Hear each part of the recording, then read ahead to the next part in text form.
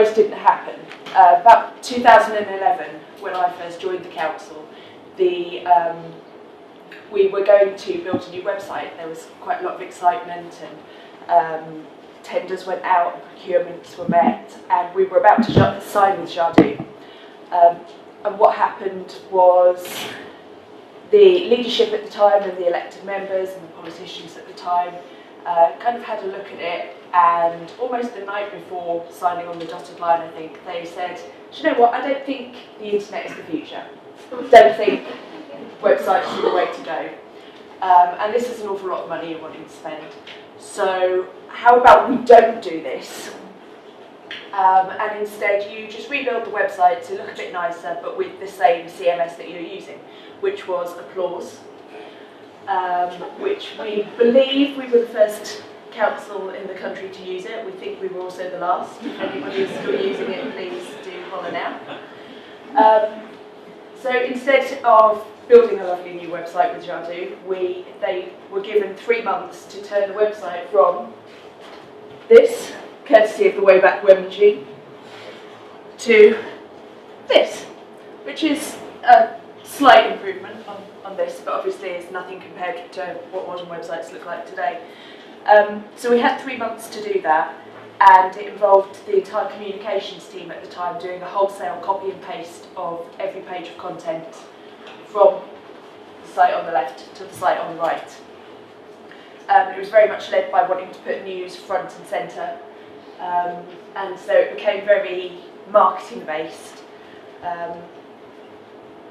There really wasn't time to think about a strategy of what the website was there for, so people just lumped everything on there, and year after year after year, all the pages got republished.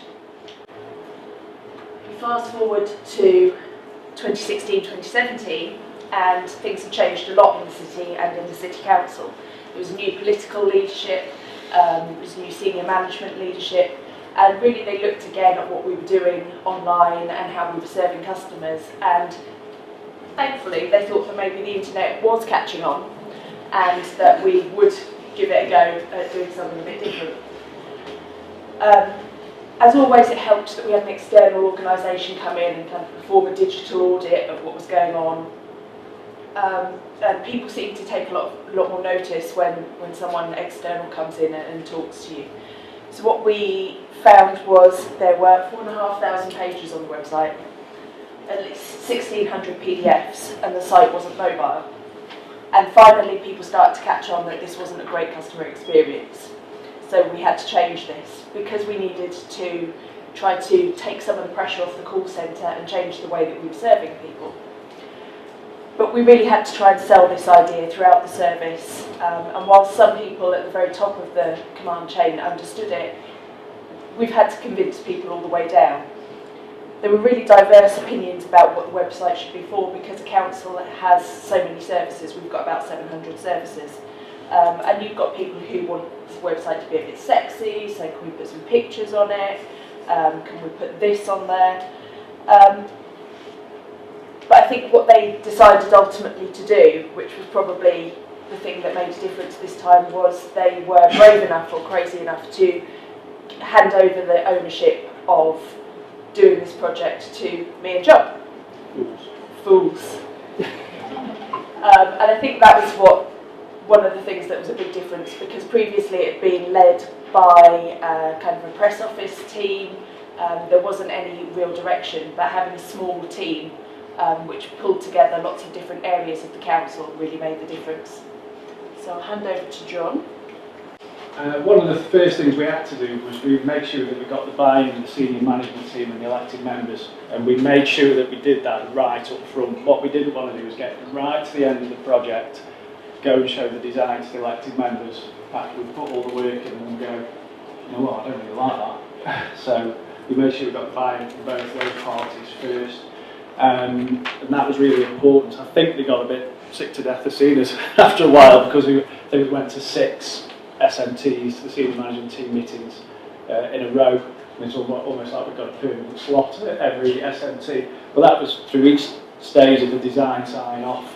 And Karen put together the content rules, and it was really important there to get the sign-off from the top table at the top of the organisation on the content rules, because what we didn't want to end up with is a fancy looking version of what we'd already got, because it'd have been no point in doing the work.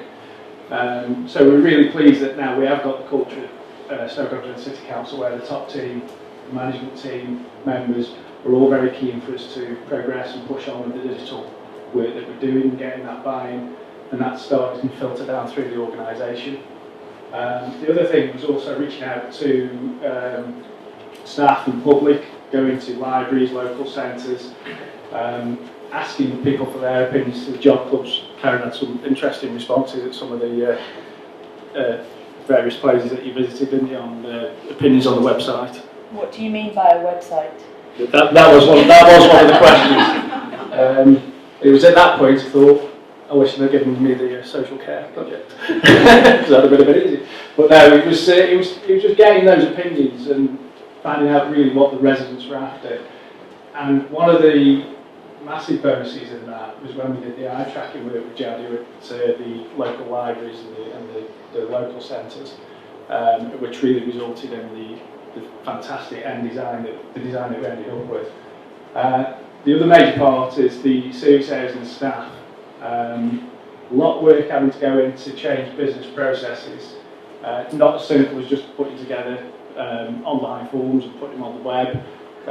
You'll find when you start to do this work that there's a lot of the processing needs modernising, so you can then present the service requests online. Teaching the staff about tasks rather than information. But the biggest task has been modernise, or trying to modernise those business processes, and that work is still ongoing. And that's going to take a number of months at least. And this is really the beginning for us, this is the start of the work. So we started off with the design meeting, and we took a bit of a risk. We sat in the design meeting and Jadu asked us for our corporate style guide, and at which point I folded my arms and sat back in the chair and went, no, I'm not giving it you. And I think it might have been a bit of a shock, because I think it's about trusting the supplier and the partner that you're working with. And we were asking Jadu to design us a new website.